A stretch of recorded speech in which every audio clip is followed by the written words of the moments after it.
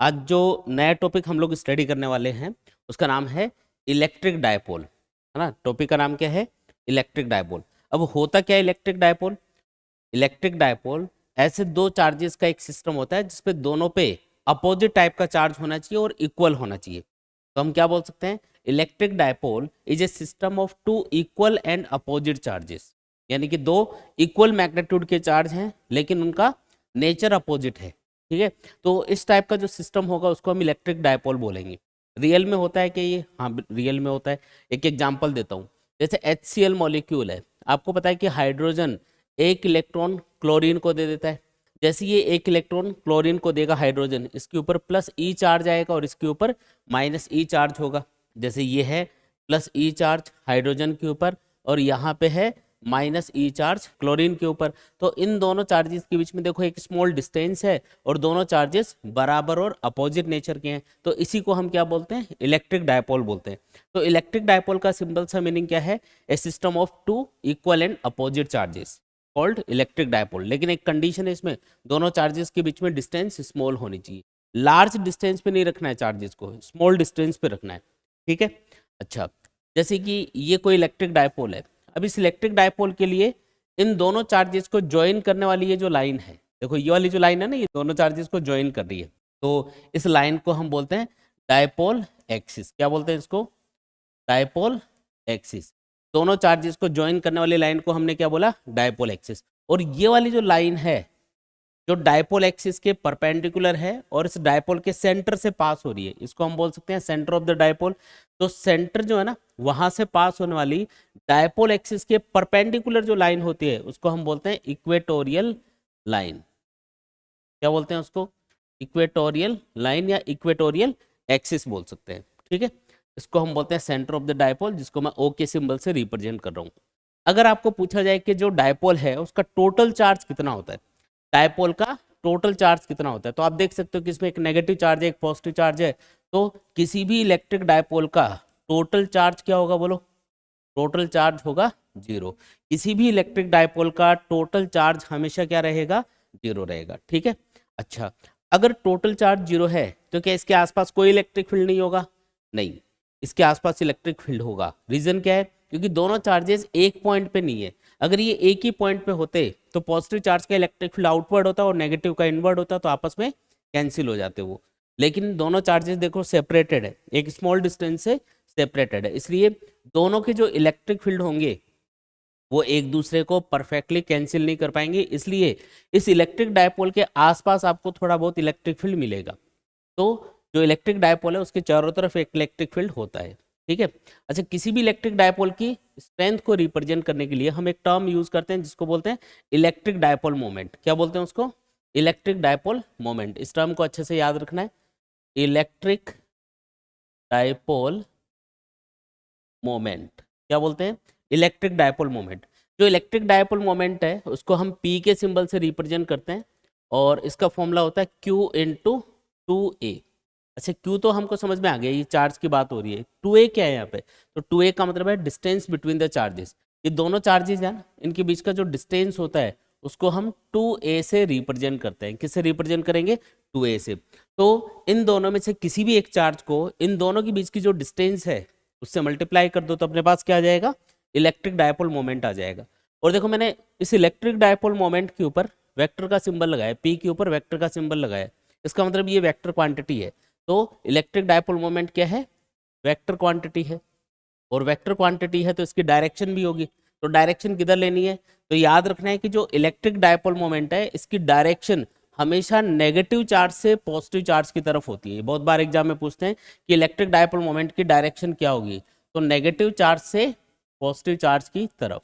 जो negative charge है उससे आपको पॉजिटिव चार्ज की तरफ इलेक्ट्रिक डायपोल मोमेंट की डायरेक्शन कंसिडर करनी है ना। -Q से -Q2 +Q, ये होगी इलेक्ट्रिक डायपोल मोमेंट की डायरेक्शन। हमेशा नेगेटिव चार्ज से पॉजिटिव चार्ज की तरफ इलेक्ट्रिक डायपोल मोमेंट की डायरेक्शन कंसिडर करनी है। ठीक है, आया समझ में? तो इलेक्ट्रिक डायपोल के लिए क्या क्या चीजें याद रखनी है? पहली चीज, इलेक्ट्रिक डायपोल होता क्या है? तो it is a system of two equal and opposite charges separated by a small distance है ना, इसी को हम क्या बोलते हैं, इलेक्ट्रिक डायपोल बोलते हैं। इलेक्ट्रिक डायपोल का टोटल चार्ज कितना होता है, हमेशा 0 होता है। इलेक्ट्रिक डायपोल के आसपास क्या इलेक्ट्रिक फील्ड मिलेगा, हाँ जी मिलेगा, हम कैलकुलेट भी करेंगे। दोनों चार्जेस को ज्वाइन करने वाली जो लाइन है उसको हम डायपोल एक्सिस बोलते हैं, और उसके परपेंडिकुलर सेंटर से पास होने वाली लाइन को हम इक्वेटोरियल एक्सिस या इक्वेटोरियल लाइन बोलते हैं। और इन दोनों एक्सिस के ऊपर हम इलेक्ट्रिक फील्ड पता करके भी देखेंगे अभी। इलेक्ट्रिक डायपोल की स्ट्रेंथ को रिप्रेजेंट करने के लिए, स्ट्रेंथ मतलब ये कितना इलेक्ट्रिक फील्ड प्रोड्यूस करेगा, उसको बताने के लिए जो टर्म यूज की जाती है उसको हम क्या बोलते हैं, इलेक्ट्रिक डायपोल मोमेंट। और जो इलेक्ट्रिक डायपोल मोमेंट है उसका फॉर्मूला होता है P equals to Q into 2a। Electric dipole moment एक वेक्टर क्वांटिटी है, और अगर ये वेक्टर क्वांटिटी है तो इसकी डायरेक्शन क्या मानी जाएगी, हमेशा नेगेटिव चार्ज से पॉजिटिव चार्ज की तरफ, नेगेटिव चार्ज से पॉजिटिव चार्ज की तरफ आपको इलेक्ट्रिक डायपोल मोमेंट की डायरेक्शन कंसिडर करनी है। क्लियर, एकदम सिंपल सी चीज है, ठीक है। अब हम इसके लिए दो कैलकुलेशन करके देखेंगे, एक तो इसकी एक्सियल लाइन के ऊपर कितना इलेक्ट्रिक फील्ड होगा, और एक इक्वेटोरियल लाइन के ऊपर कितना इलेक्ट्रिक फील्ड होगा। तो सबसे पहले हम एक्सियल लाइन की बात करते हैं कि डायपोल की एक्सियल लाइन के ऊपर कितना इलेक्ट्रिक फील्ड होगा। तो देखो ये डायपोल की एक्सिस है, और ये एक्सिस के ऊपर एक पॉइंट हमने कंसिडर कर लिया ए। मुझे ए पॉइंट के ऊपर इलेक्ट्रिक फील्ड पता करके बताना है। कुछ चीजें मैं डिफाइन कर देता हूँ, जैसे ये वाला पॉइंट है इसको सेंटर ऑफ द डायपोल बोला जाता है, ओ। दोनों चार्जेस के बीच में जो डिस्टेंस है उसको क्या बोला जाता है, 2a। क्या बोलते हैं उसको, 2a बोलते हैं। और डायपोल के सेंटर से जो पॉइंट की डिस्टेंस है उसको हम क्या बोलेंगे, r बोल देते हैं। यहाँ पे जो पॉइंट है ना जहाँ पे आपको इलेक्ट्रिक फील्ड कैलकुलेट करके बताना है, उस पॉइंट की डायपोल के सेंटर से जो डिस्टेंस है उसको क्या एज्यूम कर लिया, r एज्यूम कर लिया, ठीक है। इलेक्ट्रिक डायपोल के लिए जो इलेक्ट्रिक डायपोल मोमेंट है उसकी वैल्यू क्या होगी, तो P equals to Q into 2a, ठीक है। ये हमको याद रखना है, आगे जरूरत पड़ेगी तो हम इस फॉर्मूले को यूज कर सकते हैं, ठीक है। चलिए जी, पहले तो ये बताओ कि जिस पॉइंट पे हमको इलेक्ट्रिक फील्ड पता करना है उस पॉइंट से पॉजिटिव चार्ज कितना दूर है। ये पॉजिटिव चार्ज है, ये इस पॉइंट से कितना दूर है, तो ये यहाँ से यहाँ तक की टोटल डिस्टेंस 2a है, और डायपोल के सेंटर से पॉइंट की डिस्टेंस कितनी है, r है। अच्छा, सेंटर से पॉजिटिव चार्ज की डिस्टेंस कितनी होगी, अगर ये टोटल डिस्टेंस 2a है तो ये डिस्टेंस कितनी, a। तो पॉजिटिव चार्ज से ये पॉइंट कितना दूर हुआ, a प्लस r डिस्टेंस के ऊपर होगा, ठीक है। नेगेटिव चार्ज इस पॉइंट से कितना दूर होगा, तो ये टोटल डिस्टेंस r है, उसमें से ये डिस्टेंस a माइनस कर दो, हाफ डिस्टेंस कितनी, a। तो इसको माइनस करोगे तो ये वाली डिस्टेंस आ जाएगी, कितनी होगी ये, r माइनस a। दोनों डिस्टेंस क्लियर है, ठीक है। सबसे पहले हम इस पॉजिटिव चार्ज का इलेक्ट्रिक फील्ड पता करेंगे ए पॉइंट के ऊपर। कौन से चार्ज का इलेक्ट्रिक फील्ड पता करना है, पॉजिटिव चार्ज का। ये जो पॉजिटिव चार्ज है इसकी वजह से हमको ए पॉइंट पे इलेक्ट्रिक फील्ड फाइंड करना है, उसके बाद में नेगेटिव चार्ज की वजह से इलेक्ट्रिक फील्ड फाइंड करना है, फिर दोनों का वेक्टर एडिशन करेंगे तो हमारे पास में टोटल इलेक्ट्रिक फील्ड आ जाएगा। तो ये मेथड हम यूज करेंगे, ठीक है। सबसे पहले ये जो पॉजिटिव चार्ज है इसकी वजह से यहाँ पे जो इलेक्ट्रिक फील्ड होगा उसको लिख रहा हूँ, तो मैं इसको लिख देता हूँ ई, और छोटा सा प्लस क्यू लगा देता हूँ सामने, ताकि ये हमको पता चल जाए कि ये पॉजिटिव चार्ज का इलेक्ट्रिक फील्ड है। कितना होगा, तो फॉर्मूला यूज करो, क्या होता है फॉर्मूला, के क्यू बाई आर स्क्वायर। के चार्ज कितना है, चार्ज है स्मॉल क्यू, और डिस्टेंस कितनी है चार्ज की इस पॉइंट से, अभी हमने पता की थी r प्लस a, इसका स्क्वायर कर दो, तो ये आ गया अपने पास में इलेक्ट्रिक फील्ड। कौन से चार्ज का इलेक्ट्रिक फील्ड आ गया, पॉजिटिव चार्ज का इलेक्ट्रिक फील्ड आ गया, ठीक है जी। इसी तरीके से बताओ कि जो नेगेटिव चार्ज है इसका इलेक्ट्रिक फील्ड कितना होगा, तो अगेन फॉर्मूला यूज करेंगे नेगेटिव चार्ज के लिए, के क्यू, और डिस्टेंस कितनी है r माइनस a, तो इसका होल स्क्वायर, ठीक है। डिस्टेंस आ गई अपने पास में, ये लो जी। अब इनकी डायरेक्शन बताएंगे, तो दोनों जो इलेक्ट्रिक फील्ड है इनकी डायरेक्शन किधर होगी, ये देखते हैं। पॉजिटिव चार्ज की वजह से इलेक्ट्रिक फील्ड हमेशा आउटवर्ड डायरेक्शन में होता है, तो इस पॉइंट पे जो इलेक्ट्रिक फील्ड होगा पॉजिटिव चार्ज की वजह से वो किधर लेना है, आउटवर्ड डायरेक्शन में लेना है, तो E प्लस क्यू आउटवर्ड होगा। और जो नेगेटिव चार्ज है उसकी वजह से इलेक्ट्रिक फील्ड हमेशा चार्ज की तरफ लेना होता है, किधर लेना होता है, चार्ज की तरफ लेना होगा, तो E माइनस क्यू की डायरेक्शन होगी इधर। अब दोनों इलेक्ट्रिक फील्ड सेम डायरेक्शन में है या अपोजिट डायरेक्शन में, देख के बताओ, अपोजिट डायरेक्शन में। और दो वेक्टर अगर अपोजिट डायरेक्शन में होते हैं तो उनका रिजल्टेंट हमेशा उनके डायरेक्ट सब्ट्रैक्शन से फाइंड किया जा सकता है। मतलब वेक्टर एडिशन में क्या होता है कि जब भी दो वेक्टर सेम डायरेक्शन में होते हैं तो उनको डायरेक्टली आप ऐड कर सकते हो, अपोजिट होते हैं तो डायरेक्टली सब्ट्रैक्ट कर सकते हो, और अगर उनके बीच में कोई एंगल है और उनको ऐड करना है या सब्ट्रैक्ट करना है तो फिर फॉर्मूला यूज करना पड़ेगा। चलो अभी तो हम सीधा सा देख सकते हैं कि दोनों वेक्टर एक दूसरे के अपोजिट है, तो इनका जो रिजल्टेंट आएगा वो आएगा। अब इनको डायरेक्टली सब्ट्रैक्ट करेंगे, लेकिन किस में से कौन सा सब्ट्रैक्ट करना है? तो आप देख सकते हो कि ये जो पॉइंट है ये इस नेगेटिव चार्ज के ज़्यादा पास है, तो इसका इलेक्ट्रिक फील्ड यहाँ पे ज़्यादा होगा, और पॉजिटिव चार्ज से ये दूर है, इसका मतलब पॉजिटिव चार्ज का इलेक्ट्रिक फील्ड क्या होगा? कम होगा। ठीक है, तो आपको कौन से में से कौन सा माइनस करना है? नेगेटिव चार्ज के इलेक्ट्रिक फील्ड में से माइनस करना है पॉजिटिव चार्ज का इलेक्ट्रिक फील्ड। आया क्या समझ में? नेगेटिव चार्ज के इलेक्ट्रिक फील्ड में से पॉजिटिव चार्ज का इलेक्ट्रिक फील्ड माइनस करना है। करो माइनस, क्या आता है देखते हैं। ई माइनस क्यू की वैल्यू पुट कर दो, के Q by are minus A का होल स्क्वायर माइनस के q upon R plus A का होल स्क्वायर। आया समझ में? अब देखो कुछ कॉमन आ रहा है क्या इसमें? के क्यू कॉमन ले लो, तो ये आ जाएगा 1 अपॉन आर माइनस ए का whole square minus 1 upon R plus A का होल स्क्वायर। ये आ गया अपने पास में। अब देखो यहाँ पे एलसीएम लेके सॉल्व करते हैं इसको। क्या करना है? E इक्वल्स टू हमको लिखना है के क्यू, हमने लिखा के क्यू इन टू। अब देखो यहाँ पे एलसीएम क्या आएगा? एलसीएम आएगा, एलसीएम लिख सकता हूँ मैं, आर माइनस ए का whole square into R plus A का होल स्क्वायर। ठीक है, और ऊपर क्या आएगा? तो इधर आएगा आर प्लस ए का whole square minus R minus A का होल स्क्वायर, ये आएगा। और उसके बाद में सॉल्व कर लो इसको, तो E इक्वल्स टू क्या लिख सकते हो? के क्यू इंटू, देखो नीचे क्या लिखा है? R minus A into R plus A, तो इसको क्या लिख सकते हो? आर स्क्वायर माइनस ए स्क्वायर, और दोनों का स्क्वायर, इसका मतलब इसका होल स्क्वायर भी करना पड़ेगा आपको। ऊपर क्या आएगा? अब ध्यान से देखो, r square plus a square plus 2AR, इसमें आएगा r square plus a square minus 2AR, बीच में माइनस का सिंबल है इसलिए आर स्क्वायर ए स्क्वायर वाली टर्म आपस में कैंसिल हो जाएंगी, इसमें 2AR बचेगा, इसका माइनस माइनस प्लस करके 2AR ये आ जाएगा, तो टोटल कितना हुआ? 4AR हुआ।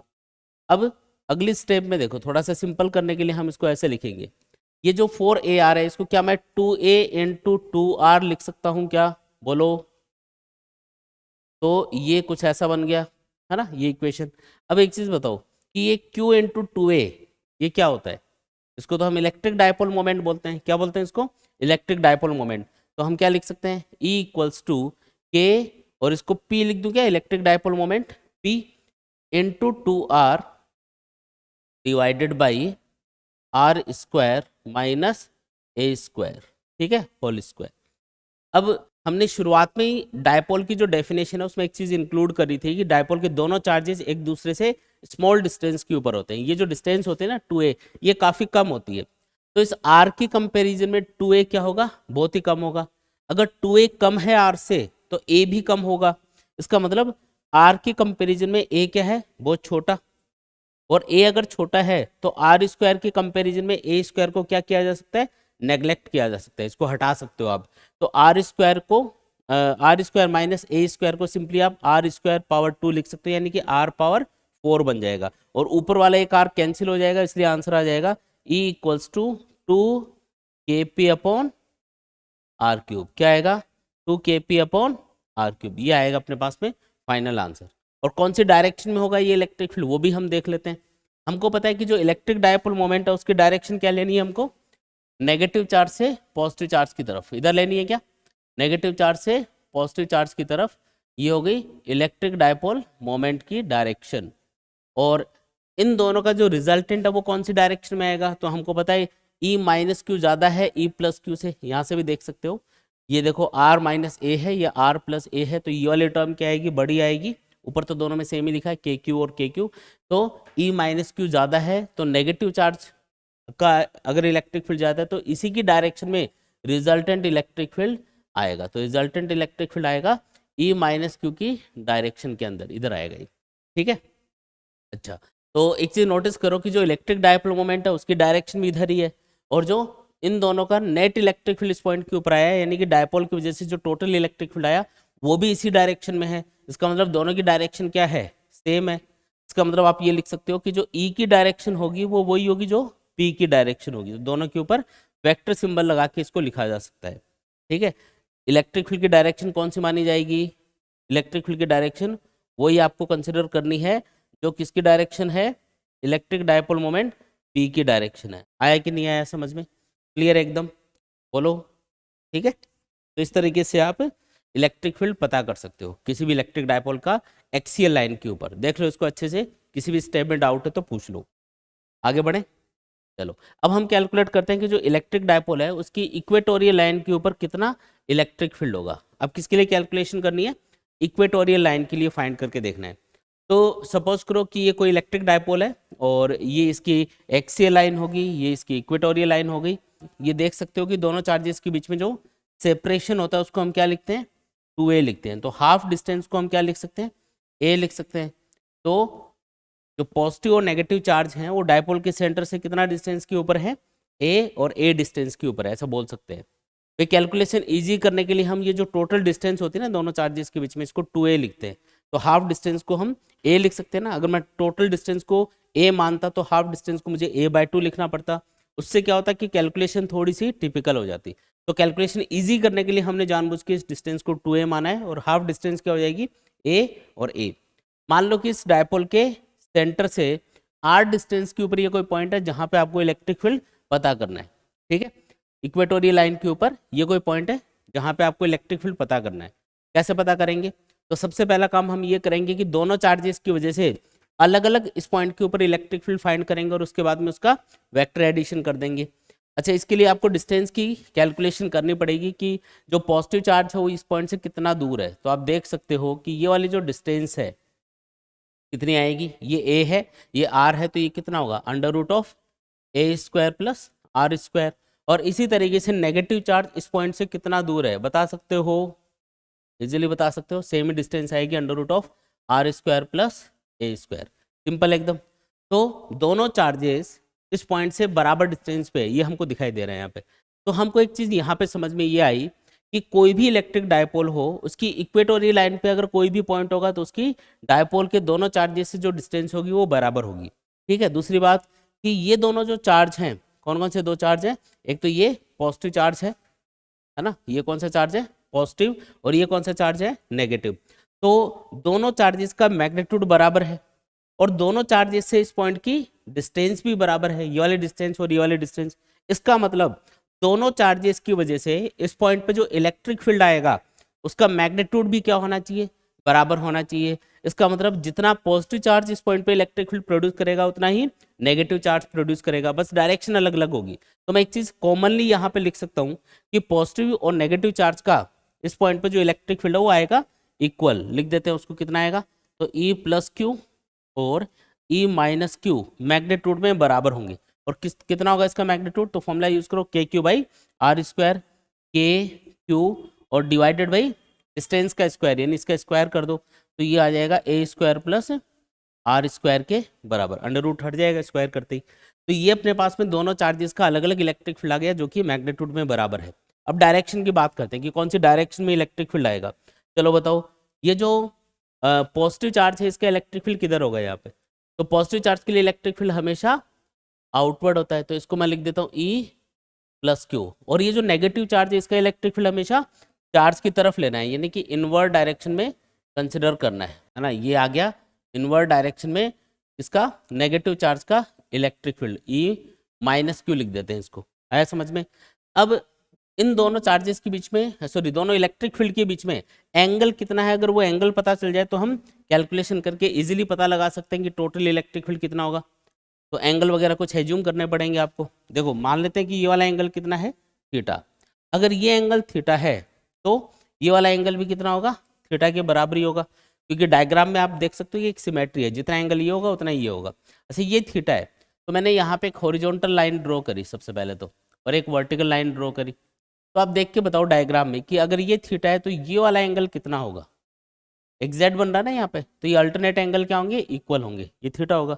और इसी तरीके से ये अगर थीटा है तो इधर भी एग्जैक्ट बन रहा है, तो ये एंगल भी कितना होगा, थीटा के बराबर। और इसके अपोजिट, मतलब इसके वर्टिकली अपोजिट ये वाला एंगल भी कितना होगा, थीटा के बराबर ही होगा। तो एंगल्स पता चल गए हमको, यानी कि दोनों इलेक्ट्रिक फील्ड के बीच में टोटल एंगल कितना है, 2 थीटा।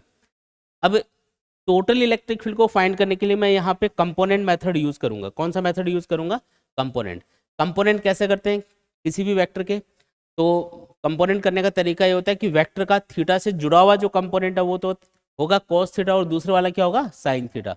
जैसे मुझे ई प्लस क्यू के कंपोनेंट करने हैं तो इस वेक्टर का थीटा से जुड़ा हुआ इधर जो कंपोनेंट आएगा वो क्या आएगा ई प्लस क्यू कॉस थीटा, और इधर जो कंपोनेंट आएगा उसका नाम क्या रखा जाएगा ई प्लस क्यू साइन थीटा। ठीक है, इसी तरीके से बताओ कि ये जो नेगेटिव चार्ज है, चार्ज का जो इलेक्ट्रिक फील्ड है उसके कंपोनेंट करोगे तो वो क्या होंगे। तो ये जो नेगेटिव चार्ज है इसका थीटा से जुड़ा हुआ जो कंपोनेंट आएगा इधर, इसको मैं लिख सकता हूँ ई माइनस क्यू कॉस थीटा, और दूसरा वाला जो कंपोनेंट है वो इधर आएगा, उसको क्या लिखेंगे ई माइनस क्यू साइन थीटा। आया समझ में।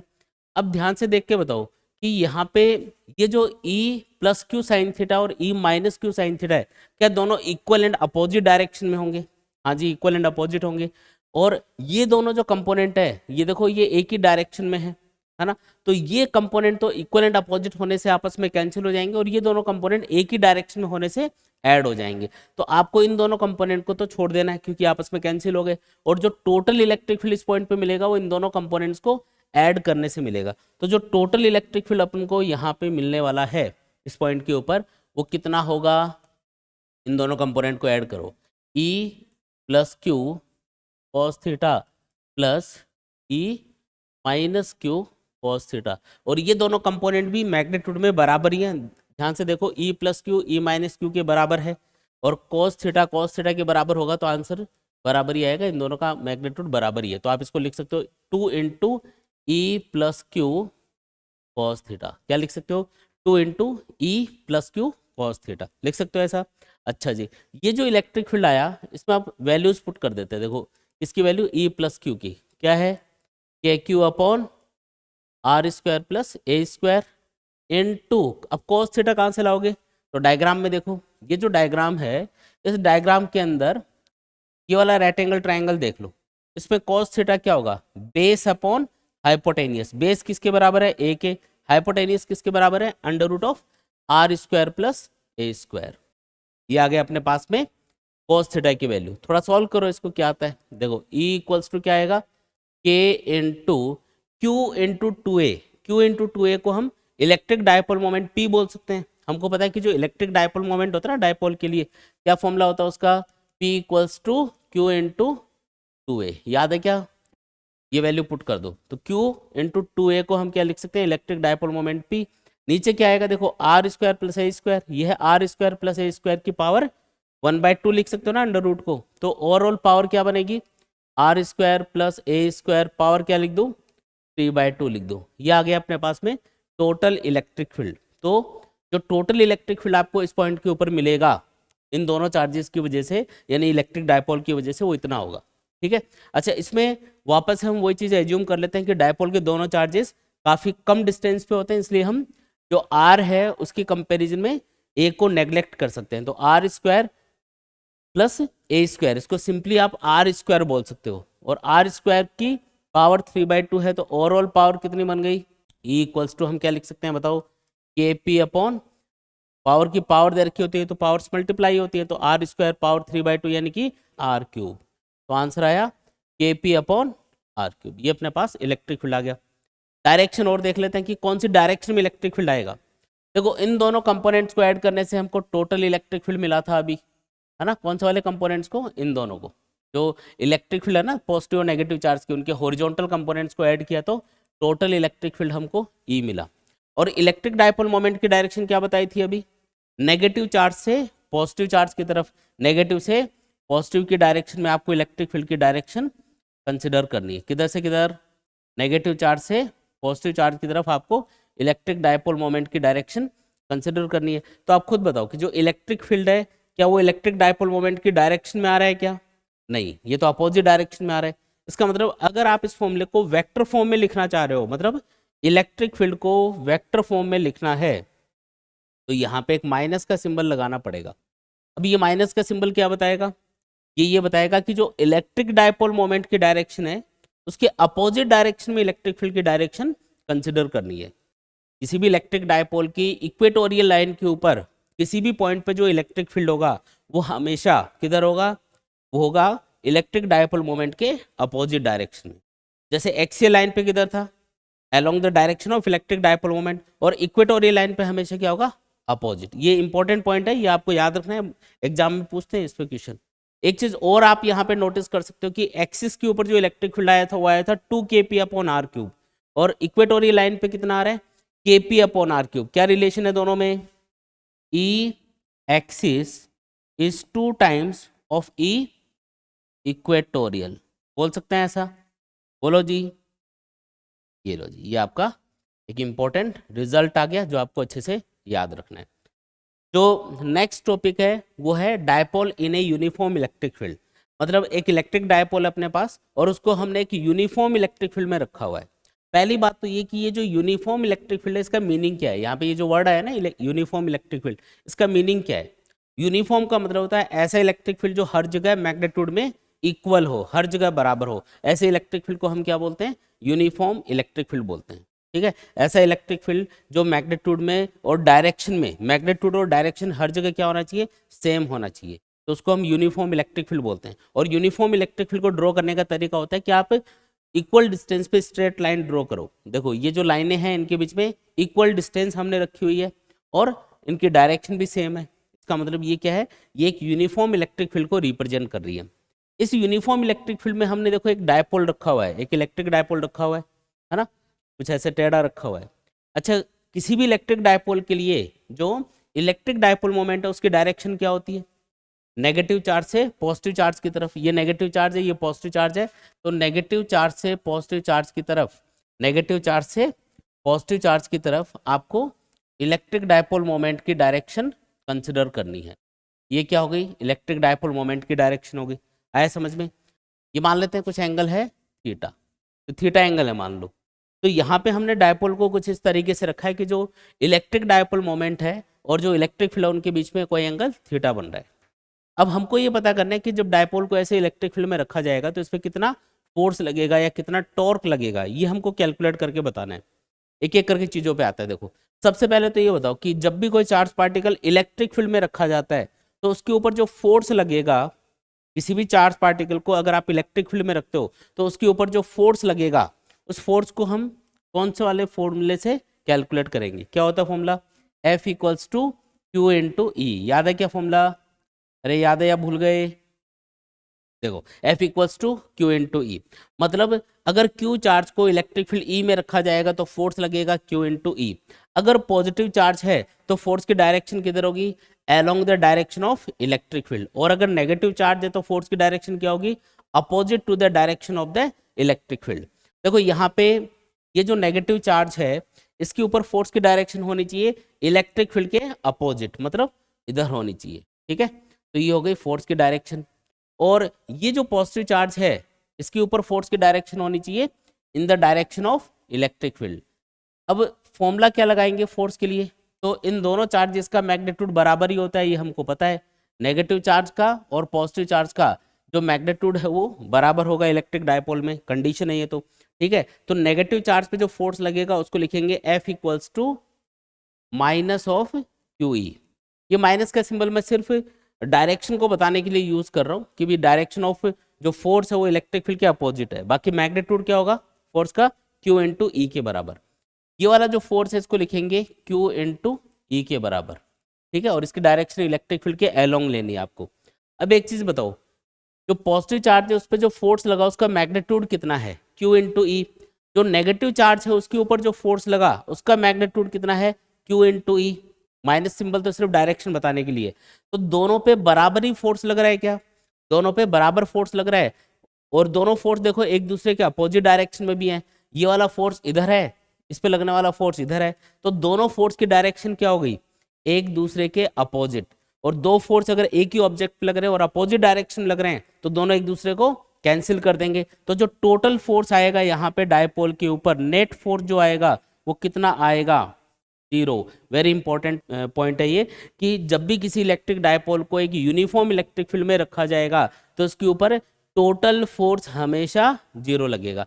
किसी भी इलेक्ट्रिक डायपोल को यूनिफॉर्म इलेक्ट्रिक फील्ड में, यानी कि ऐसे इलेक्ट्रिक फील्ड में जो हर जगह बराबर है, अगर उसको रखा जाएगा तो उसमें टोटल जो फोर्स आएगा वो हमेशा 0 आएगा। पहली बात समझ में आ गई। अच्छा, ये दोनों जो फोर्स हैं ये इसको घुमाने की कोशिश करेंगे। अगर आप ध्यान से देखोगे तो आपको नजर आएगा कि ये वाला जो फोर्स है ये इसको इधर खींचेगा, ये वाला फोर्स इसको इधर खींचेगा, तो डायपोल ऐसे घूमने की कोशिश करेगा। और जब भी कोई चीज घूमती है तो क्या लगना जरूरी है उसके लिए? टॉर्क लगना जरूरी है। यानी कि यहाँ पे ये दोनों फोर्स मिलके क्या करेंगे? टॉर्क प्रोड्यूस करेंगे। क्या प्रोड्यूस करेंगे? टॉर्क। अच्छा, टॉर्क जो होता है ना उसका एक फॉर्मूला होता है, देखो टॉर्क इक्वल्स टू क्या होता है? टॉ से रिप्रेजेंट करते हैं टॉर्क को। Torque equal to force into perpendicular distance. कौन सी परपेंडिकुलर डिस्टेंस? अगर एक ऑब्जेक्ट के ऊपर दो इक्वल फोर्स मिलके उस ऑब्जेक्ट को घुमाने की कोशिश कर रहे हैं तो उन दोनों फोर्स के बीच की परपेंडिकुलर डिस्टेंस को आप किसी भी एक फोर्स से मल्टीप्लाई कर दो, आपको उस ऑब्जेक्ट पे लगने वाला टॉर्क मिल जाएगा। जैसे डायपोल पे ये दो फोर्स लग रहे हैं जिनका मैग्नीट्यूड कितना है? Q इंटू ई के बराबर है। और दोनों के बीच में परपेंडिकुलर डिस्टेंस कितनी है? परपेंडिकुलर डिस्टेंस का मतलब है, अब देखो यहाँ पे डायग्राम में इसको आप परपेंडिकुलर डिस्टेंस नहीं बोलोगे, कहीं आप इसको समझो कि ये जो 2a डिस्टेंस होती है डायपोल के दोनों चार्जेस के बीच में वो परपेंडिकुलर डिस्टेंस है, ऐसा नहीं है। परपेंडिकुलर डिस्टेंस अभी बताता हूँ, देखो कौन सी होगी। इन दोनों चार्जेस के बीच में जो डिस्टेंस होती है उसको तो हम बोलते हैं 2a, वो तो आपको पता ही है। तो क्या ये वाली डिस्टेंस परपेंडिकुलर डिस्टेंस मानी जाएगी? नहीं। कौन सी डिस्टेंस होगी परपेंडिकुलर डिस्टेंस? तो ये वाला जो फोर्स है ना इसकी लाइन ऑफ एक्शन को आप पीछे बढ़ा दो, ऐसे बढ़ा दिया, और ये वाला जो फोर्स है इससे इसके ऊपर एक परपेंडिकुलर ड्रॉ कर दो, ऐसे। समझ में आया क्या? इस फोर्स वाली लाइन को पीछे बढ़ाया और फिर इससे एक परपेंडिकुलर ड्रॉ कर दिया, तो ये जो परपेंडिकुलर डिस्टेंस आएगी दोनों फोर्स के बीच में ये है x, और ये यहाँ पे आपको पुट करनी है। Perpendicular distance between the forces का मतलब है कि दोनों जो फोर्स है उनकी जो लाइन ऑफ एक्शन है उनके बीच की परपेंडिकुलर डिस्टेंस, ना कि ये वाली डिस्टेंस। ठीक है, फॉर्मूला तो हमने लिख दिया लेकिन x हमें पता नहीं है ये कितना है, ये वाली डिस्टेंस पता नहीं है हमको। तो ये वाली डिस्टेंस पता होती कि ये वाली डिस्टेंस कितनी है? 2a के बराबर है। तो फिर ये वाली डिस्टेंस हम कैसे कैलकुलेट करेंगे? ये वाली डिस्टेंस, तो इसके लिए देखो तरीका क्या है इसको कैलकुलेट करने का। सिंपल सा एक काम करो, देखो ये वाला एंगल कितना है यहाँ पे? बोलो थीटा। ये एंगल थीटा है तो ये वाला एंगल भी कितना होगा? थीटा के बराबर। तो ये दो पैरेलल लाइंस हैं और तीसरी लाइन इनको काट रही है, तो ये वाला एंगल जितना होगा उतना ये वाला एंगल होगा। और एंगल के सामने हमेशा क्या होता है? एंगल के सामने हमेशा क्या होता है? परपेंडिकुलर। तो ये राइट एंगल ट्राइंगल ही तो है ये। ठीक है, एंगल के सामने हमेशा क्या होता है? परपेंडिकुलर। और ये जो सबसे बड़ी लाइन है इसको हम क्या बोलते हैं? हाइपोटेनियस। हाइपोटेनियस 2a के बराबर है यहाँ पे, पता है हमको, और परपेंडिकुलर हमको कैलकुलेट करना है। तो बताओ परपेंडिकुलर और हाइपोटेनियस में क्या रिलेशन होता है? हाँ, sine theta equal to perpendicular upon hypotenuse. ठीक है, तो x इक्वल्स टू क्या आ जाएगा? 2a साइन थीटा आ जाएगा। x इक्वल टू क्या आ गया? 2a sine theta. तो इस वाले फॉर्मूले से हम टॉर्क को लिख सकते हैं, क्या लिख सकते हैं? टो इक्वल्स टू फोर्स की जगह तो हम लिख देंगे q इंटू ई, और x की जगह क्या लिखना है? 2a sine theta. तो बताओ आंसर क्या आएगा? q इंटू 2a को हम अगेन क्या बोल सकते हैं? Electric dipole moment p into E into sine theta. और ये जो फॉर्मूला अपने पास आया है इसको आप वेक्टर फॉर्म में लिखना चाहो तो आप इसको ऐसा भी लिख सकते हो, tau equals to p cross e। आपको याद होगा क्रॉस प्रोडक्ट में जब भी आप दो वेक्टर्स को क्रॉस प्रोडक्ट से मल्टीप्लाई करते हो, जैसे a क्रॉस b लिखते हो तो उसका जब उसको ओपन करते हो तो क्या आता है? हमेशा a b sine theta. Dot product में क्या होता है? a डॉट b बराबर होता है ए बी कॉस थीटा। और वेक्टर मल्टीप्लिकेशन में या क्रॉस प्रोडक्ट में क्या होता है? a cross b equal to a b sine theta. उसी तरीके से जो p क्रॉस e है इसको ओपन करोगे तो क्या आएगा? पी ई साइन थीटा आएगा। तो ये फॉर्मूला वापस आ गया ना, तो इसको वेक्टर फॉर्म में आप कुछ इस तरीके से लिख सकते हो। कैसे लिखना है? p क्रॉस e करके लिखना है। आया क्या समझ में? तो क्या क्या चीज़ें याद रखेंगे? अब देखो इंपॉर्टेंट चीज़ें बताता हूँ इस टॉपिक के बारे में। पहली चीज़ तो हमको ये याद रखनी है कि जब भी आप किसी इलेक्ट्रिक डायपोल को यूनिफॉर्म इलेक्ट्रिक फील्ड में रखोगे, कौन सी इलेक्ट्रिक फील्ड में रखोगे? यूनिफॉर्म इलेक्ट्रिक फील्ड में रखोगे, तो हमेशा उस पर टोटल फोर्स 0 लगेगा। कितना लगेगा? टोटल फोर्स हमेशा 0। और जो फोर्स उसके ऊपर लगेगा अगर वो 0 है तो उसका मतलब ये नहीं है कि उस पर टॉर्क भी 0 होगा, टॉर्क लगेगा, क्योंकि दोनों फोर्स देखो इस तरीके से इस पे अप्लाई हो रहे हैं कि दोनों फोर्स मिल इसको घुमाने की कोशिश करेंगे। डायपोल ऐसे क्लॉकवाइज डायरेक्शन में घूमने की कोशिश करेगा, समझ रहे हो क्या? जैसे ये इलेक्ट्रिक डायपोल है तो ये ऐसे घूमने की कोशिश करेगा क्लॉकवाइज डायरेक्शन में, तो इसका मतलब इस पर टॉर्क लग रहा है, और टॉर्क का फॉर्मूला क्या होता है, फोर्स इंटू परपेंडिकुलर डिस्टेंस। तो ये फॉर्मूला अप्लाई करके हमने सिंपली इसको कैलकुलेट कर लिया, फाइनली आंसर आया अपने पास में tau equals to p E sine theta.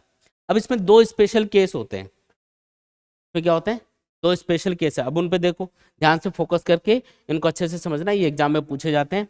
पहला केस ये हो सकता है कि जो इलेक्ट्रिक डायपोल है कुछ इस तरीके से रखा हो कि थीटा 0 हो, मतलब इलेक्ट्रिक डायपोल मोमेंट और इलेक्ट्रिक फील्ड इनके बीच का एंगल क्या हो, 0। भाई जैसे ये इलेक्ट्रिक डायपोल है, इसको ऐसे रखने की बजाय आप ऐसे रख दो, तो ये थीटा कितना हो जाएगा, 0 हो जाएगा।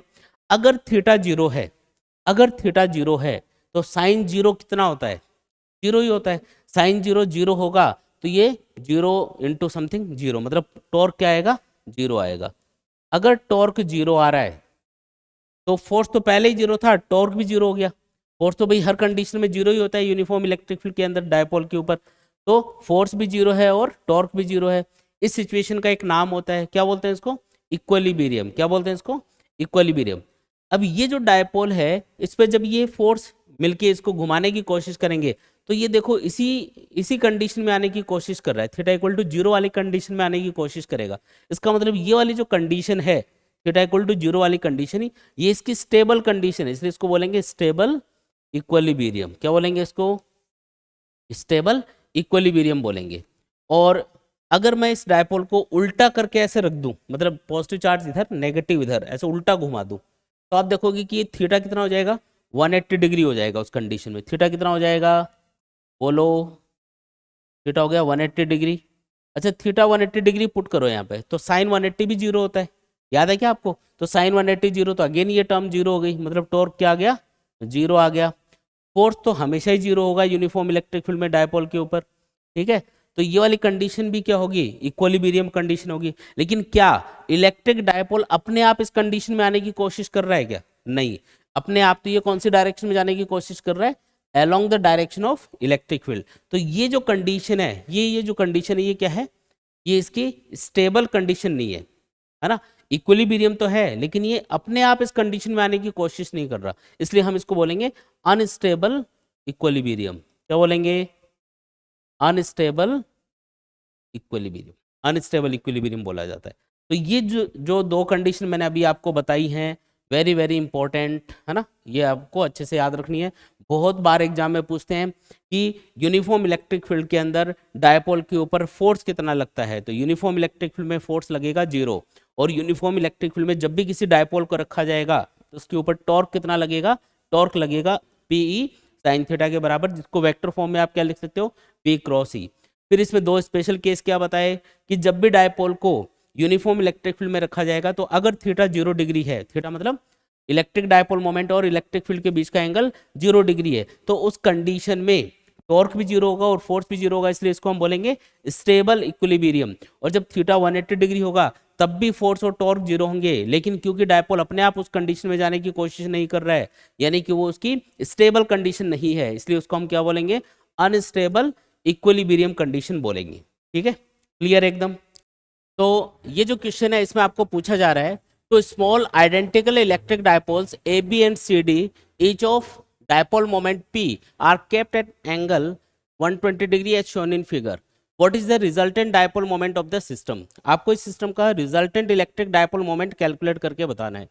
देखो सिस्टम के अंदर दो इलेक्ट्रिक डायपोल आपको दिखाई दे रहे होंगे, कौन कौन से दो इलेक्ट्रिक डायपोल हैं, एक तो है ए बी, ये वाला डायपोल, देखो ये इसका नेगेटिव चार्ज है, ये इसका पॉजिटिव चार्ज है, और दूसरा इलेक्ट्रिक डायपोल कौन सा है, सी डी, ये इसका पॉजिटिव चार्ज है, ये इसका नेगेटिव चार्ज है।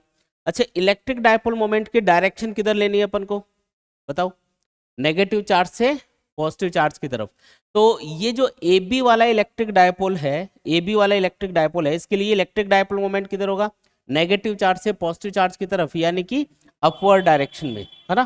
कौन सी डायरेक्शन में होगा, अपवर्ड। तो मैं इसको अपवर्ड डायरेक्शन में दिखा देता हूँ, ये देखो जी, ये हो गया पहले इलेक्ट्रिक डायपोल का इलेक्ट्रिक डायपोल मोमेंट इधर होगा, और दूसरा जो इलेक्ट्रिक डायपोल है उसका इलेक्ट्रिक डायपोल मोमेंट किधर होगा, तो ये नेगेटिव चार्ज है, ये पॉजिटिव चार्ज है, तो नेगेटिव से पॉजिटिव की तरफ, ये देखो ये वाली जो डायरेक्शन होगी ना इधर, ये इलेक्ट्रिक डायपोल मोमेंट की डायरेक्शन कंसिडर की जाएगी।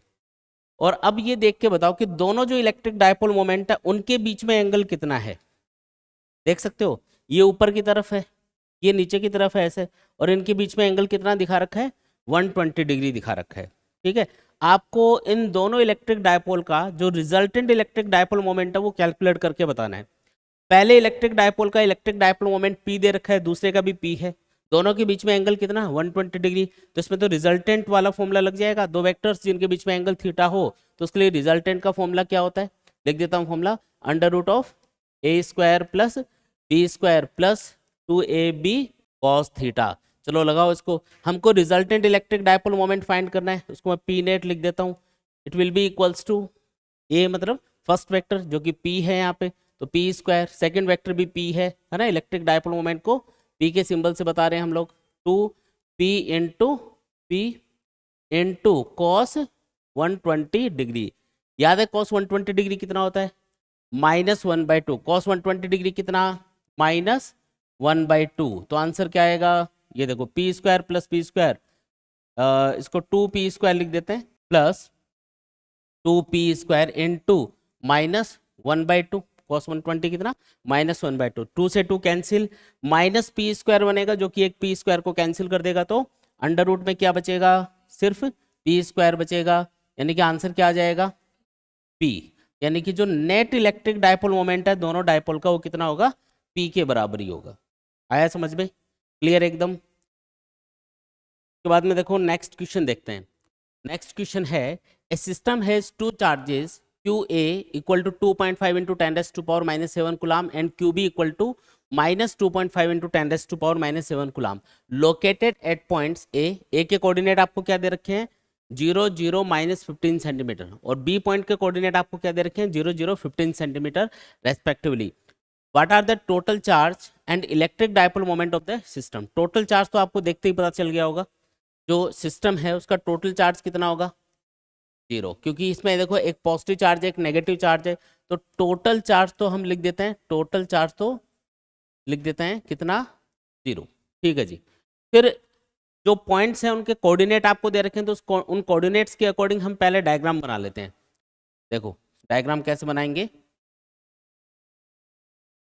ये सपोज करो x एक्सिस है, ये y एक्सिस है और ये z एक्सिस है। मैंने इधर z एक्सिस ली है क्योंकि ये जो दोनों पॉइंट्स है वो z एक्सिस के ऊपर है, z कोऑर्डिनेट दे रखे हैं इनके, x और y कोऑर्डिनेट 0 0 है, तो इधर तो क्या होगा z एक्सिस और इधर क्या होगा -z एक्सिस होगा। ये हो गया ओरिजिन। सबसे पहले जो पहला पॉइंट है उसको लोकेट करते हैं यहाँ पे, 0 0 -15 सेंटीमीटर। 0 0 -15 सेंटीमीटर का मतलब है कि ये नेगेटिव जेड वाली साइड में होगा। कहाँ पे होगा, यहाँ पे मान लेते हैं 0 0 -15 सेंटीमीटर, और यहाँ पे चार्ज कितना रखा हुआ है, चार्ज इसको QA बोला इसने, यह है 2.5 इंटू 10⁻⁻7 कूलम। इसी तरीके से बताओ कि जो सेकंड पॉइंट है वो कहाँ पे है, सेकंड पॉइंट यहाँ पे है, यह है 0 0 +15 सेंटीमीटर। ठीक है जी, +15 सेंटीमीटर, और यहाँ पे चार्ज रखा हुआ है QB जिसका मैग्नीट्यूड है -2.5, नेगेटिव नेचर का है, -2.5 इंटू 10⁻⁻7 कूलम। ये आपको दूसरे वाला चार्ज दिया हुआ है। आया समझ में इतना, ठीक है। दोनों चार्जेस के बीच का डिस्टेंस बताओ पहले, तो ये दोनों चार्ज हैं, इनके बीच का डिस्टेंस बताओ कितना है। ये ओरिजिन से 15 सेंटीमीटर इधर है, ये 15 सेंटीमीटर इधर है, तो दोनों के बीच का डिस्टेंस कितना लोगे, बोलो जी, 30 सेंटीमीटर लेना पड़ेगा। तो दोनों चार्जेस के बीच में डिस्टेंस है 30 सेंटीमीटर। इलेक्ट्रिक डायपोल मोमेंट का फॉर्मूला क्या होता है, P = Q × 2A। Q की वैल्यू कितनी है देख के बताओ, Q कितना, तो दोनों में से कोई भी एक चार्ज है उसका मैग्नीट्यूड ले लो, 2.5 इंटू 10⁻⁻7 कूलम, और 2A का मतलब क्या है, डिस्टेंस बिटवीन द चार्जेस। दोनों चार्जेस के बीच में जो डिस्टेंस है वो कितनी है, 30 सेंटीमीटर। 30 सेंटीमीटर को मीटर में चेंज करो, 10⁻⁻2 से मल्टीप्लाई कर देंगे। ठीक है, सॉल्व कर लो कितना आता है देख लेते हैं। देखो ये आएगा 7.5 इंटू 10⁻⁻8 कूलम मीटर, ये अपना आंसर होगा। टोटल चार्ज तो कितना होगा 0, और जो टोटल इलेक्ट्रिक डायपोल मोमेंट होगा सिस्टम का वो कितना होगा 7.5 इंटू 10⁻⁸ कूलम मीटर। आया समझ में, क्लियर एकदम, नोट कर लो। के बाद में आगे बढ़ते हैं। नेक्स्ट क्वेश्चन देखो, two charges plus minus 10 microcoulomb are placed 5 centimetre apart, determine the electric field at a point P on the axis of the dipole 15 centimetre away from its centre on the side of the positive charge. तो पहला जो point है वो कहाँ पे है, electric dipole की axial line के ऊपर है, और एक्सियल लाइन पे कितना दूर है, तो सेंटर से 15 सेंटीमीटर दूरी पे है, ठीक है जी। दूसरा पॉइंट है a point Q 15 centimetre away from the O on a line passing through O and normal to the axis of the dipole. इस लाइन को हम बोलते हैं इक्वेटोरियल लाइन।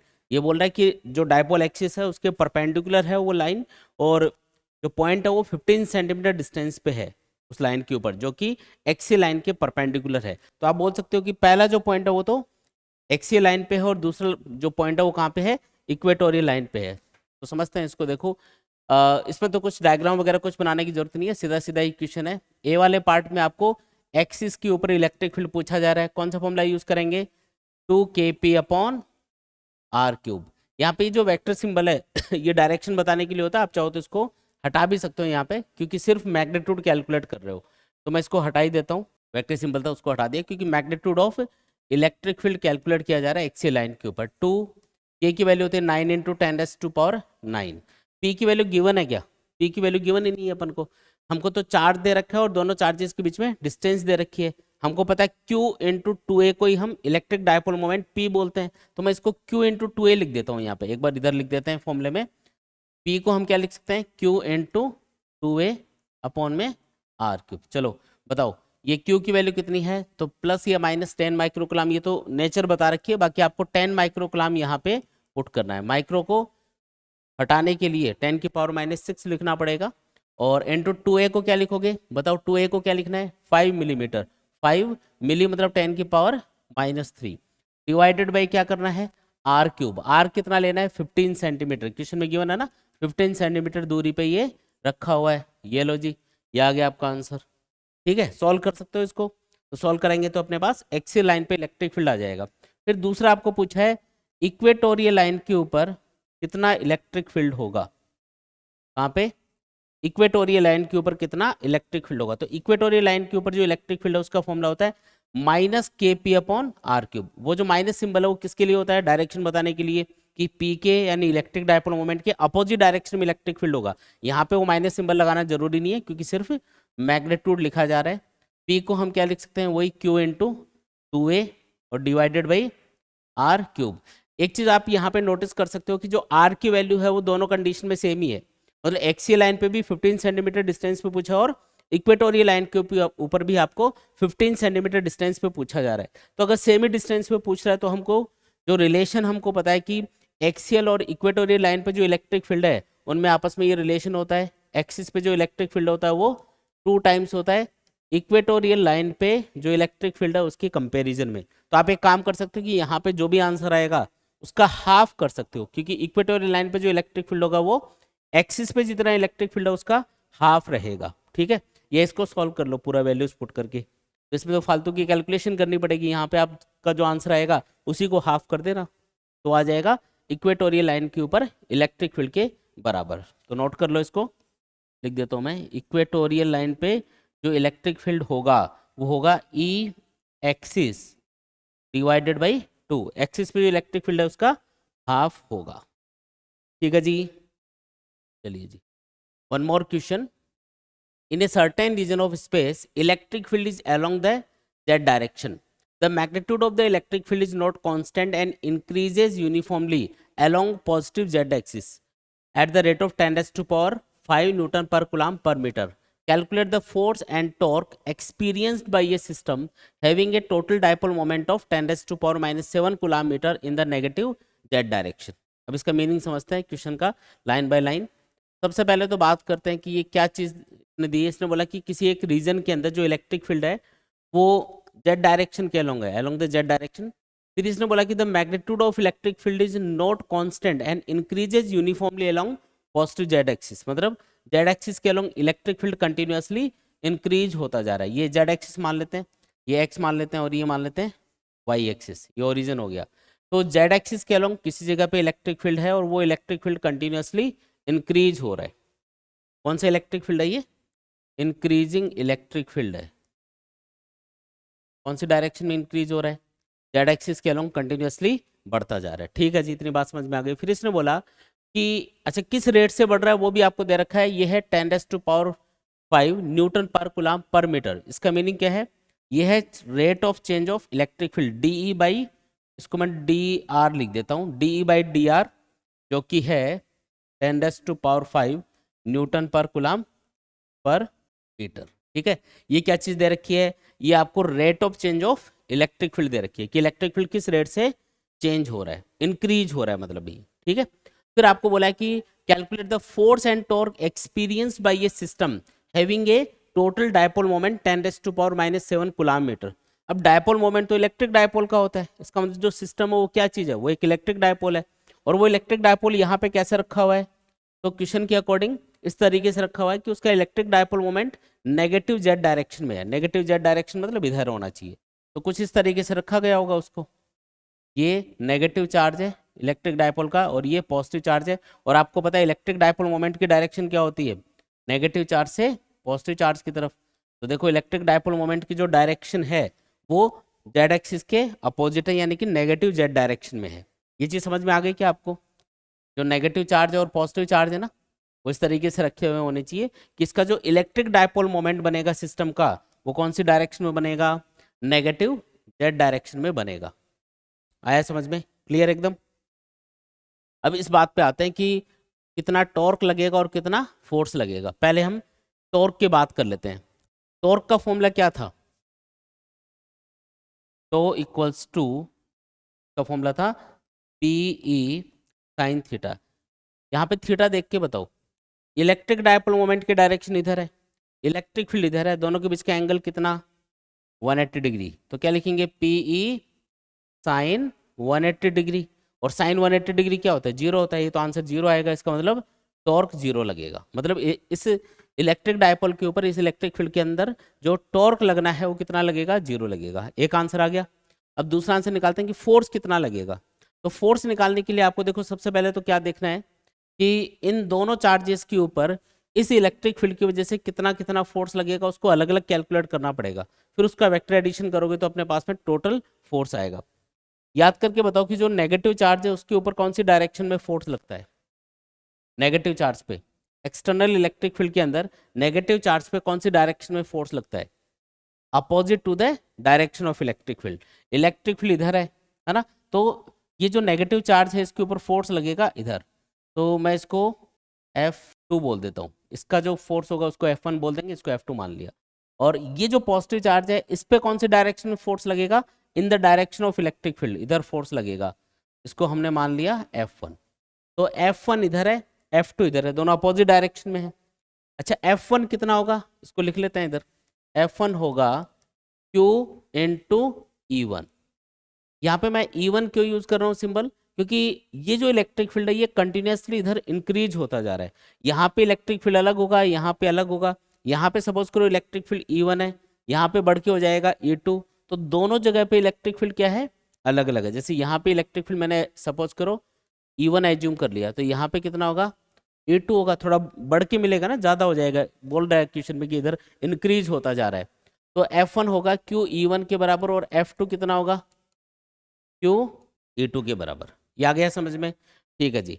अब क्वेश्चन के अकॉर्डिंग आगे चलते हैं। देखो दोनों फोर्स एक दूसरे के अपोजिट डायरेक्शन में है, इसका मतलब अगर आपको इन दोनों का रिजल्टेंट फाइंड करना है, नेट फोर्स फाइंड करना है, तो क्या करना पड़ेगा, दोनों को आपस में सब्ट्रैक्ट करना पड़ेगा।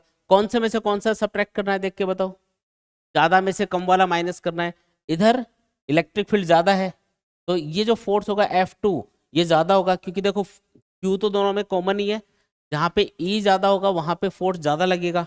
E कहाँ पे ज्यादा है, सेकंड वाले केस में इधर ज्यादा है, तो इसका मतलब F2 माइनस F1 करना पड़ेगा। तो इसको हम लिख सकते हैं F net equals to, Q common ले लिया और इन दोनों को लिख दिया E2 माइनस E1। आया समझ में, ये अपने पास में टोटल फोर्स आ गया। लेकिन देखो क्वेश्चन में जो डेटा दे रखा है ना, एक तो दे रखा है DE बाई DR और एक आपको जो इलेक्ट्रिक डायपोल उसका इलेक्ट्रिक डायपोल मोमेंट दे रखा है। ये रहा जो इलेक्ट्रिक डायपोल मोमेंट है वो कितना है दे रखा है क्वेश्चन में, 10⁻⁻⁷ कूलम मीटर। तो इनको आपको फॉर्मूले के अंदर पुट करना है, मतलब इनकी टर्म्स में आपको फॉर्मूला बनाना है फोर्स का, और उसके बाद में आप उसको कैलकुलेट कर पाओगे। अब इसका तरीका ये है, देखो एक चीज़ समझो, पहले तो मैं इसको लिख देता हूँ, F net equals to q, ये जो E2 माइनस E1 है, इसका मतलब क्या है, change in electric field. E2 मतलब यहाँ पे इलेक्ट्रिक फील्ड, E1 मतलब यहाँ पे इलेक्ट्रिक फील्ड, तो E2 माइनस E1 क्या होगा, चेंज इन इलेक्ट्रिक फील्ड के बराबर होगा, होगा कि नहीं होगा। यानी कि यहाँ पे ये जो E2 माइनस E1 है, इसको मैं DE बोल सकता हूँ क्या, DE मतलब चेंज इन इलेक्ट्रिक फील्ड। यहाँ से यहाँ तक आते आते इलेक्ट्रिक फील्ड में जो चेंज आया उसको मैंने क्या मान लिया, DE, है ना। E2 माइनस E1 को मैंने क्या बोल दिया, D। कोई दिक्कत है इसमें, ठीक है। क्या आप इसको ऐसे लिख सकते हो, Q into DE multiply and divided by DR। अब ये DR क्या है, DR है दोनों चार्जेस के बीच का डिस्टेंस। इन दोनों चार्जेस के बीच में जो डिस्टेंस है उसको मैं DR मान लेता हूँ, सपोज करो। तो DR से मैंने मल्टीप्लाई भी कर दिया और डिवाइड भी कर दिया, तो इक्वेशन पे तो कोई फर्क पड़ा ही नहीं। लेकिन इससे अपन को एक फायदा होगा, देखो क्या फायदा होगा, यहाँ से जो डेटा गिवन है उसकी टर्म्स में एक फॉर्मूला बन जाएगा। इस Q और इस DR को मल्टीप्लाई करके आप क्या बोल सकते हो, DR एक्चुअल में क्या है, यहाँ पे DR इन दोनों चार्जेस के बीच का डिस्टेंस हमने एज्यूम किया है, और दोनों चार्जेस के बीच का जो डिस्टेंस है उसको नॉर्मली हम 2a बोलते हैं, उसकी जगह मैंने DR मान लिया। तो Q को अगर मैं DR से मल्टीप्लाई करूंगा तो ये तो इलेक्ट्रिक डायपोल मोमेंट के बराबर आएगा। इसका मतलब Q इंटू DR को आप क्या बोल सकते हो, इलेक्ट्रिक डायपोल मोमेंट P बोल सकते हो। इंटू क्या लिख सकते हो, DE बाई DR। अब देखो दोनों वैल्यूज हमको क्वेश्चन में गिवन है। P की वैल्यू कितनी दे रखी है, 10⁻⁻⁷, DE बाई DR दे रखा है 10⁻⁵। आंसर बताओ, 10⁻⁻2 न्यूटन। ये लो जी, ये आ गया अपने पास में फोर्स, और डायरेक्शन भी बता सकते हो फोर्स की, किधर आएगा फोर्स, तो F2 ज्यादा है ना F1 से, तो F2 इधर है, मतलब इधर रिजल्टेंट फोर्स आएगा, मतलब कौन सी डायरेक्शन में, अलोंग नेगेटिव Z एक्सिस। आया कि नहीं आया, ठीक है, नोट कर लो इसको, बिल्कुल आसान क्वेश्चन।